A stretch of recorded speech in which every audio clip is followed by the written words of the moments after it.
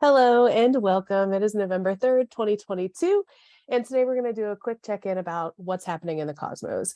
We're going to get pretty straight into it. I want to layer on the conversation. So we're first just going to start with the two lunations of the month. So the full moon and the new moon that happened. We're going to talk about those, and then I'm going to layer on from there. So feel free to take as much from this as you feel is accessible. Listen to it. Don't feel the need to grasp every single second of things that I talk about, and every single, note and thing that I leave here. Allow it to kind of wash over you, take what resonates, and allow your subconscious to feed the rest to you throughout the time. I always invite you to do that with everything that I do, right? So sometimes it could be information overload. So allow yourself to check out where that feels accessible and necessary. And, you'll organically retain what is, accessible, like what you have room to retain. You will do that organically. So release the pressure if there is any. It's my invitation to you to release the pressure, to feel the need to retain everything that I talk about here. We're going to start with the lunations. So we start the month leading up to the second eclipse of this eclipse season. We had the first eclipse that happened in Scorpio last week, and now we're coming into the full moon total lunar eclipse that happens in Taurus at 16 degrees of Taurus. It happens on the 8th of November. We're going to look at the chart here in a little bit, but I just want to start with kind of an overview. This happens, and there's a lot of tense energy in this chart. There's a lot of squares that are happening. There's a lot of fixed energy that is here. So it is pretty tense. This also happens to be taking place on the United States midterm elections, the day of the elections in the United States. And so it's going to be tense. We know that this political atmosphere isn't necessarily breezy right now. And so having the eclipse here is really significant. And the fact that the moon is at 16 degrees of Taurus, which is exactly partile conjunct, which means to the degree, conjunct at 16 degrees of Uranus. So transiting Uranus is conjunct this full moon total lunar eclipse, which Uranus and eclipses both signify, and full moons both all signify surprises and things coming to surface, kind of shocks. It's not necessarily an easy flowing energy, right? It's unstable. Uranus is unstable. And it's hard to predict, right? What's going to kind of come up. So I'm not even going there. But what I can recognize is that there will be shocking things that happen around this eclipse. It doesn't have to be on this exact day, but around this eclipse. Eclipse cycles happen and they linger for weeks after the actual eclipse, right? A lot of times things happen under the surface during eclipse, and we see the bubbling up and the rubbling. But there's definitely going to be some stuff that's happening around this eclipse, if nothing else, because it's tied to a very politicized midterm election in the United States. And we can recognize in history that when things are happening in the United States, it's normally rippling out, and we can see the things that are already happening, right? In the UK, in Italy, in Ukraine. So all of these different places, in the Middle East, and all kinds of stuff happening throughout the world, right? And so we can see these ripples and these echoes kind of playing out as well. But we'll get deeper into this November 8th total lunar eclipse, but that is really highlighting this month.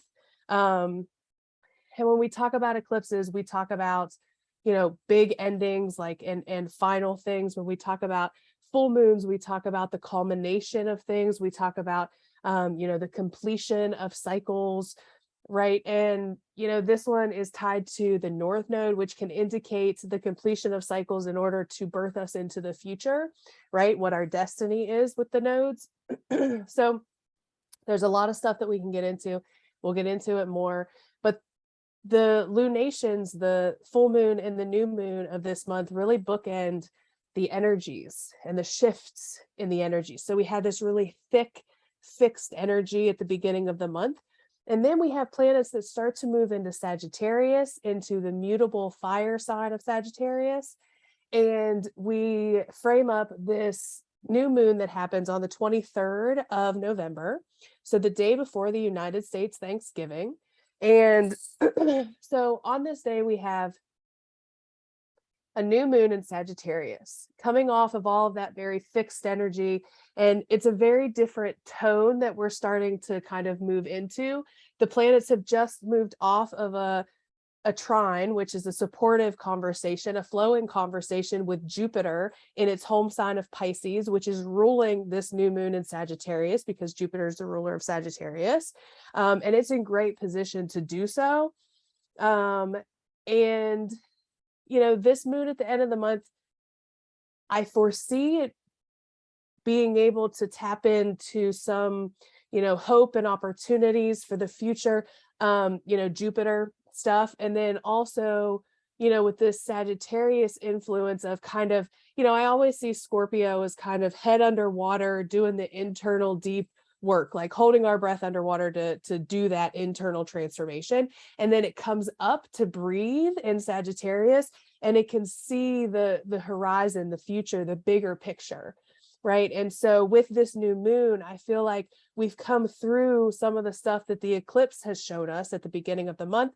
And we're at the end of the month, and we could say, okay, this is where we are. This is our level set. And now Jupiter is fueling us to recognize what our dreams are for the future, what our visions are for the future, what we feel like we need to do based on where we are, right? So some clarity can come through, even though we have this long-standing square between Mars retrograde in Gemini, square Neptune, and now picking up on Jupiter that's also moved back into Pisces. So there's a lot happening, right? But the general thing that I see the whole month is stacked full of energy.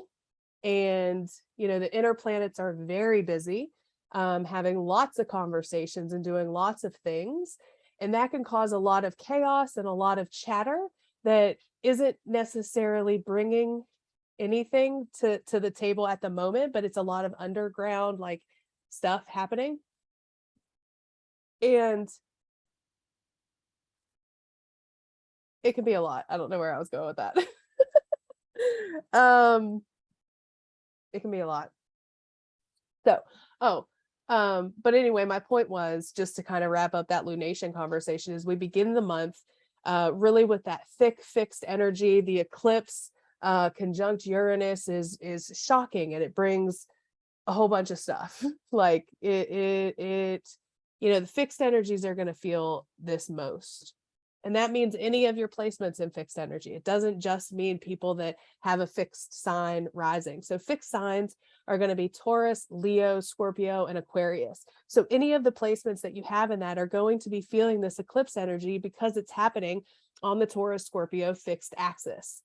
Right. And it's also, it's in a T square to Saturn that's at 18 degrees. So again, we're going to pull up the charts and look at the specifics, but there's a lot of tension at the beginning of the month that we're feeling, and it really culminates and the dam breaks or it doesn't right around the eclipse.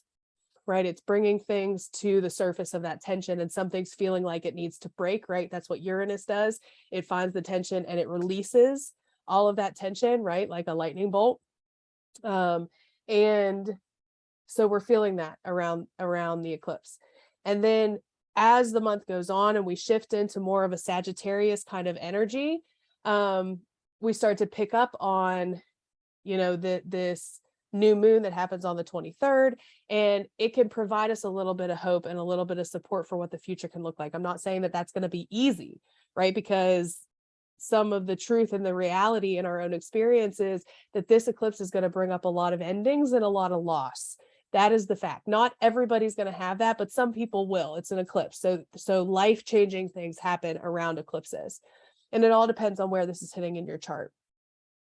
But by the end of the month, there's a glimmer of hope that we can kind of lean into, and some healing as well, as we get into some conversations and trines with Chiron, the wounded healer, at the end of the month, and so some other conversations that are happening that we'll break down a little bit later. But there's some hope that's coming towards the end of the month. So it's not easy. This month is not easy to get through cosmically, and we know that there's a ton of stuff going on in the cosmos, but hopefully as we tap into some of these energies and how we can lean into what works well with our chart and hold space for the more difficult aspects that are hitting our chart, that's all that we can do, right? Astrology for awareness. So we take a look at what it's doing for us and what it might be doing for others, and we come with as much grace and compassion as possible in each moment, for ourselves and for the people that we are in relation to and with. So let's get into it. Let's get into the charts.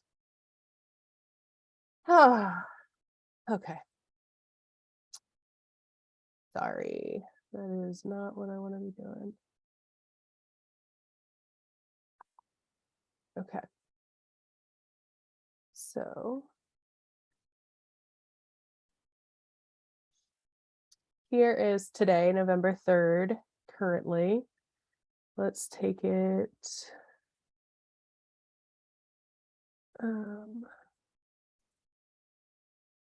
Okay, so the houses don't matter, right? We're just looking at kind of the aspects here as we go through.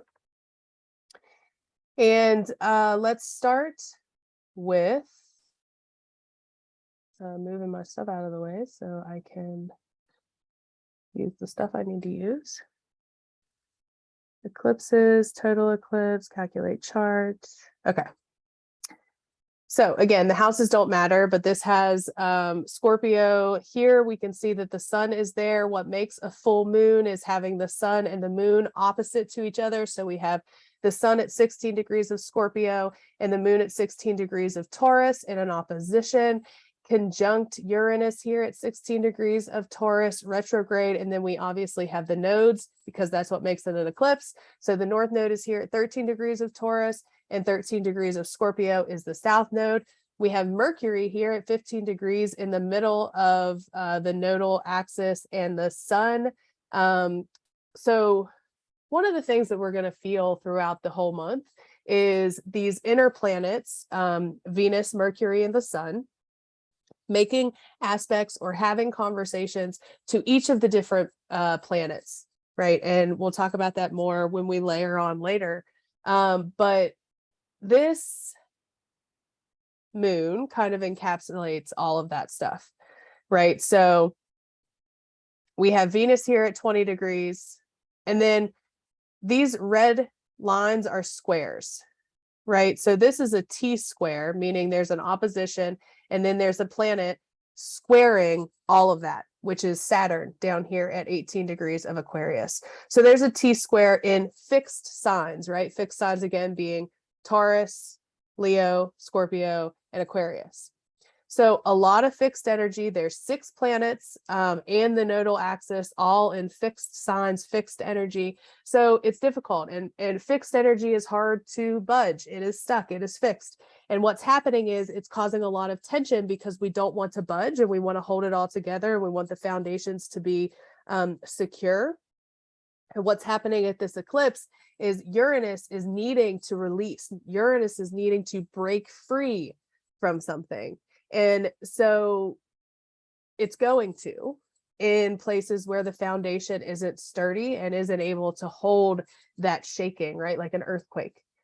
And that's what Uranus does. And it's connected to this moon, making it very unstable, just the energy in general. And so, you know, we also have another red line, which is a square here between Mars, which is retrograde. Mars just turned retrograde on the 30th of October. And so it's still at its station degree of 25 degrees. And it's in this long square to Neptune. It's also picking up on Jupiter now that Jupiter is retrograded back into Pisces. And this is more tension, right? So we have Mars, which is our action, the way we act, the energy and where we put it, our purpose, our drive. And it's retrograde. It hasn't moved a degree in over a week at this point. It's been at that 25 degrees for weeks. And so Mars is frustrated, not being able to get things done. It's in the fast sign of Gemini.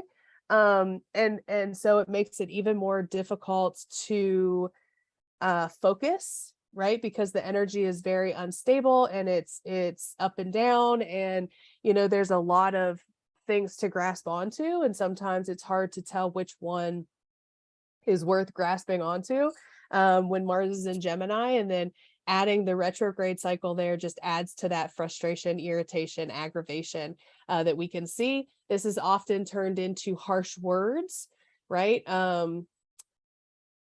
And so there's a lot that can happen here. But in this square to Neptune, this also brings in the issue of, and remember, this is around the election day of the United States, and this square being present brings a little bit of confusion and a little bit of cloudiness to the facts, right? Gemini is data, Gemini is information, and Neptune in Pisces is like, but what is reality? What is the truth? Like, what is, how can you say this is true when everybody's truth is different and everyone's reality, so it's all this blurred lines and all of this confusion that can happen with Mars and Neptune. And so that's been holding for weeks, and it will continue for months to be present.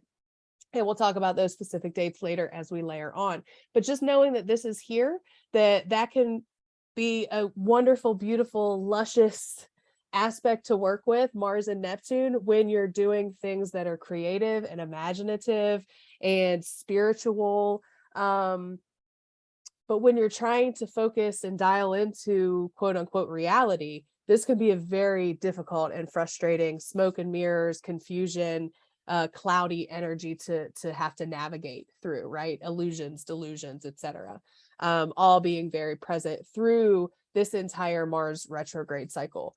So again, we'll get into more of that a little bit later as we dial into, I might actually make that a whole separate video that I put out at another time, but we'll see. For now, we're focusing on the lunations. So, okay. So the other thing that's happening here is we have to note all of the shady energy. And by shady energy, I mean secretive, internal, hidden. It can be any of that, right? It can be all of it or none of it, but Scorpio energy can be secretive or hidden for some reason, right? For many reasons, it can show up that way. But having this eclipse here and all of this darkness can indicate the need for the darkness and some kind of illumination or some kind of truth or clarity coming from that darkness, that time, that internal depth, that Mars is also in a quincunx to Pluto, which takes us deeper, takes our energy deeper. So Mars is already internal, and then Pluto's there taking it deeper.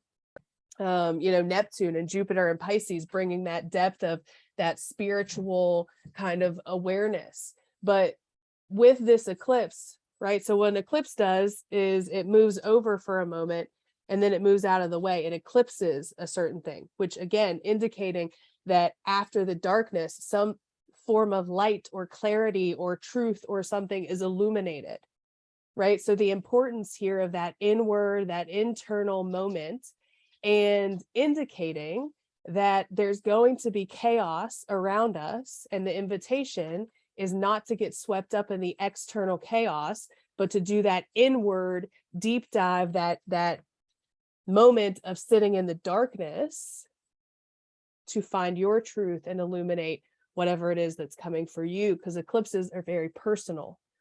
But because of the day that it is and what's happening in the United States and what's happening in the world, and this Mars in Gemini, and all of the rest of it, there's going to be a lot of pull towards external things, getting stuck in the mind, trying to figure things out, getting in arguments online, doing all this external chatter that pulls our information, or that pulls our energy, when this moon is asking us to turn inward, to find some kind of truth in our own darkness and our own internal experience.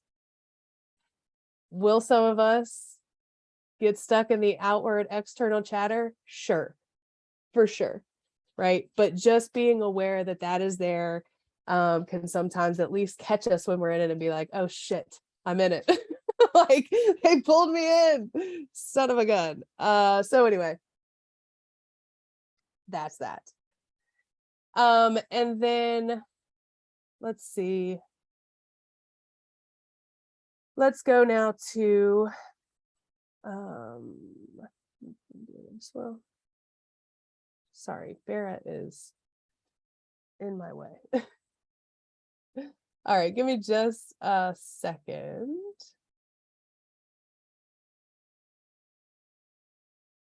Okay, I don't know what you can see and what you can't see me doing, so you might just see my mouse moving around everywhere. Okay, so let's just go forward this way. We won't get the exact one just because I, for some reason, can't. There's a bar that goes across my screen, and it makes it very difficult to navigate my other screen sometimes. So I apologize. But this is,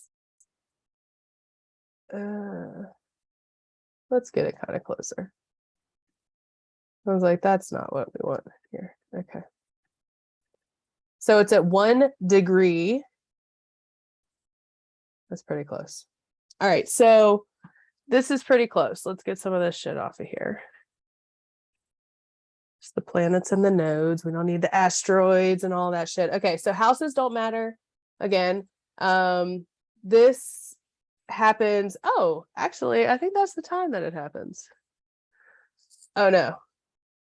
It's 6:02 a.m. I'm lying. No, it's 6:02 p.m. Okay, stop. Hold on. What are we doing?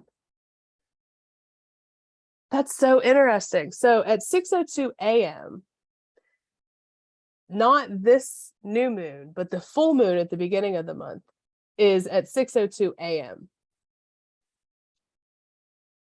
This is the new moon, and it just so happens to be on 6:02 p.m. Oh, because never mind, forget it. I'm a mess.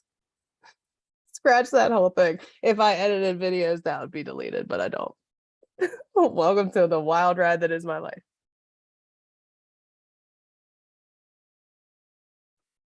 Okay, friends. Hi. So we're gonna talk now about the new moon in Sagittarius. Houses don't matter. So we're looking at Sagittarius over here at 1 degree. What makes a new moon is the sun and the moon in a conjunction together. So that happens here. Happens a couple minutes before this. It actually happens at 5:57 p.m. Eastern time. So adjust for your time zone. Okay, and I like this vibe, right? So we can still see that we have this square happening between Mars and Neptune, and it actually just happened a couple days before. Mars was at 22 degrees, and it hit the second exact square to Neptune. And the squares to Neptune, the first one happened on October 11th, and because Mars is retrograde, it's going to happen 3 times. So the first one happened on October 11th, exact square, Mars and Neptune. The second one happens on November 19th, so a couple days before this this new moon. And then the third one happens in March 2023. So we noted before that this Mars Neptune is great for like spiritual stuff, specifically around your energy, spiritual work around your energy because of Mars. It's also great for creativity and imagination and that kind of stuff. Not so great for reality. And so that can be a little tense. That is still here. It's going to be here through Mars's entire cycle, but it's really at a peak here, which can bring, exhaustion and just, not really having, it can be brain fog and all of those kind of Neptune Mars things that we've talked about previously. But otherwise, it's a pretty decent thing. Like we still have the Saturn Uranus. What's new? We've had Saturn square Uranus happening since the end of 2020. But it's starting to get further away. And, you know, it's moving pretty quickly away from each other now, that Saturn Uranus. So we're starting to feel that tense kind of energy that we've really been feeling all through October into November. We're starting to feel some of that dissipate.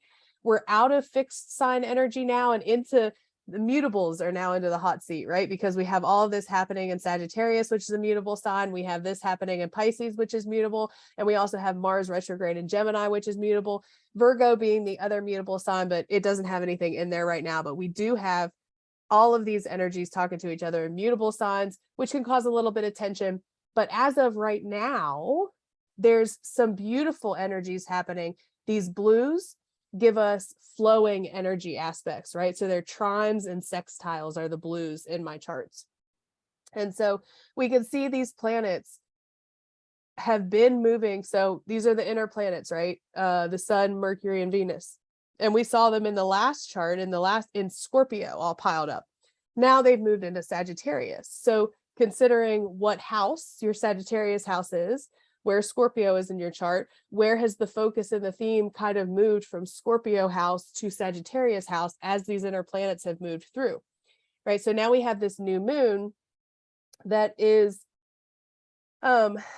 forming a conversation with Chiron, specifically being held by Mercury first at 10 degrees and then Venus here at 9 degrees. So they're coming off of their own conjunction, Mercury and Venus. They are conjunct a different day. On the 21st, Mercury and Venus have a conjunction, and then Mercury is moving faster, so it moves ahead. It starts to pick up on this healing opportunity with Chiron. So keeping in mind that this is happening the day before the United States Thanksgiving. And so whether you experience or celebrate that holiday, there's an opportunity for healing here because Chiron is coming into a direct aspect with these inner planets, but it's not necessarily here yet. And it doesn't happen until after the actual holiday. And for those of you that are new here or haven't heard, the spiel about the truth of Thanksgiving, I invite you to look into it. You know, this is a day of mourning for a lot of Indigenous people. And so there is sadness and stuff to be felt and to be moved through this time around this quote unquote holiday. However, these planets don't hit this aspect to Chiron until days later. And so it's like we're at this point of having these conversations and wanting and needing to have these conversations and move through these big things, but it doesn't seem accessible quite yet. And that comes later in the month, which we'll talk about when we break down the day by day. But this energy is available. It's just harder to grasp onto because it's not exact yet. I hope that makes a little bit of sense. And so keeping in mind that this is really a tone shift as we move into all of this Sagittarius energy, we're coming out of that collective feeling of Scorpio into the collective feeling of Sagittarius. And so the tone does shift quite a bit there. So this is the lunation that I'm going to do the moon gathering around. So if you haven't already voted on that, the poll is available on Patreon to vote for the day of the live moon gathering.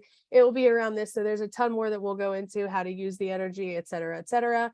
I also want to do a live kind of like meetup Q&A where you guys can bring questions to me, whether it's about the eclipses, about your chart, about astrology, about, you know, whatever. Like we can just talk about whatever your questions are and move through that space.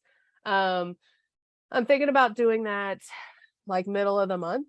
You know, I know so a couple people have asked me about aspects recently. I know somebody wanted me to take a look at their chart recently. And so I figured maybe if I could open up a space just to be live and let people hop on and ask their questions and get some one-on-one time with me and each other at that point, that would be kind of cool if we could and or wanted to do all of that. So okay, so that's the lunations in a nutshell. There's a ton more that we can talk about. But the first thing that I would invite you to do is just take a look at where this eclipse is happening, if you haven't already, in the Scorpio and Taurus houses of your chart. You know, and you can go back and find, you know, the last moon gathering, where we talked about the last eclipse, and there was a breathing exercise that you can do, etc., if you want to. And then check out where this new moon is going to be. It's in the Sagittarius house of your chart. And one of the things that I want to start talking about more is focusing on what your chart ruler is doing and what your Lord of the Year is doing. And so if you're not sure what those are, again, gonna have a live Q&A where we can talk about it. We can walk through it. We can pull up charts, whatever. But that way you don't have to get overwhelmed with every single planet, but you have a place to like start and someone to pay attention to, right? So like for me, Saturn is my chart ruler and Venus is my Lord of the Year. So I specifically pay attention to what those two planets are doing in the sky in transit, as I'm dealing with my own stuff, because those are the planets that are really steering and guiding my experience this year. So we can get into some of that stuff more as we go through. Let me know what questions you have. Always feel free to comment your questions and I'll help you with the time and space that I have. If anybody else has the answer and wants to help, please feel free always to share your information and wisdom with each other. I love it. I love it. So, okay. How long have we been going? Oh, like 30 minutes. Okay, cool. So we'll stop here. That's the lunations. Let me know if you want the breakdown like day by day, because that'll help urge me to do it. But we really did cover most of the like external themes. So let me know your thoughts. How are you feeling? Where is this hitting in your chart? What houses are being affected? Are you seeing those themes? Let me know. Oh, you know what I can do real quick is pull up that chart. So you can do like a little workshop for your chart real quick. If I have it. Okay, there we go. Okay, so here are some of the main themes of the houses. So if you're a Taurus rising, then this full moon total lunar eclipse is going to be hitting your first house. So you can look at some of those themes. There are a ton of themes that aren't listed here, right? There's so many things, so many ways that you can learn and understand and study astrology. And so I encourage you always to go to the Googles, follow other astrologers, talk about stuff with me. This chart itself for me really helps in what I do and what I teach and what I help people move through. But there's so many things, right? So find the house that is Taurus for you in your chart, find the house that is Sagittarius for you in your chart, and that's where the 2 lunations of November are going to be. Those will be some of the themes that you'll be moving through on top of all the rest of life, right? So all kinds of cycles happening. Okay. All right, cool. So I hope that's been helpful or something. I appreciated being able to at least share it with you and touch in. I'm trying to get back into some kind of rhythm, even though I know that I'm not going to be here at this situation for much longer. So it's an interesting time for me as well. Astrologers, again, I say, are not exempt to the cosmic weather. We just have the awareness of it, which I try to share with you because that seems to help me move through it in a way that is more grounding than just kind of going with whatever the fuck is going on. So, okay. Bye.